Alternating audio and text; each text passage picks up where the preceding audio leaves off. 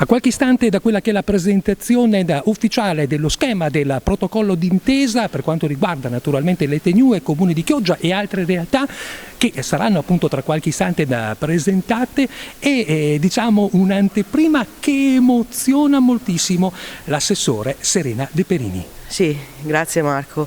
Devo dire veramente che sono molto emozionata oggi perché da cittadina sono veramente molto contenta di quello che sta per succedere qui questa mattina.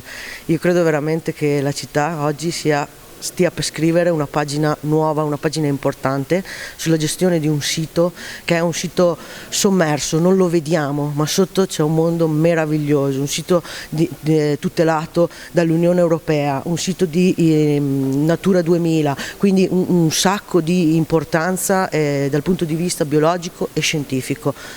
Andiamo a farlo nostro dicendo che siamo pronti ad avere il comando della cabina di regia. Il Comune finalmente si impegna per dare alla città un valore aggiunto e per dare soprattutto a quel sito tutto l'onore e il valore che merita.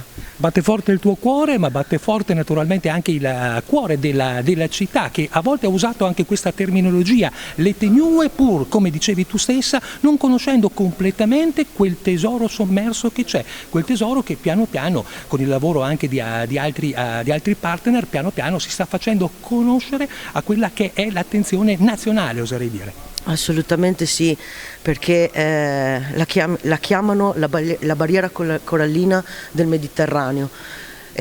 Purtroppo io non mi sono mai immersa lì, ma ho visto delle foto meravigliose, dei video stupendi. Tante volte magari ci fermiamo a guardare e diciamo ma quello lì è Chioggia, è a Chioggia, è roba nostra, quindi è veramente una soddisfazione grandissima portarle a casa. Un gioco di squadra fenomenale perché ci tengo a sottolineare che la città oggi prende un impegno e lo prende con il valore aggiunto di 3 partner scientifici d'eccezione: ISPRA, l'Università di Padova, sezione di biologia marina, e l'Ente Parco Delta del Po. Quindi 3 settori scientifici che avvalorano ancora di più il lavoro che andremo a fare.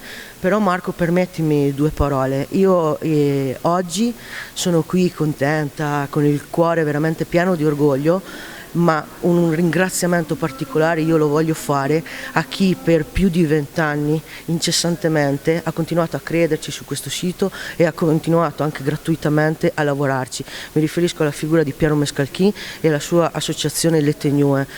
Piero, voglio dirgli che da oggi non è più solo. Oggi c'è un comune che ti affianca e che vuole lavorare per lo stesso obiettivo per cui tu stai lavorando da tanti anni. È entrato in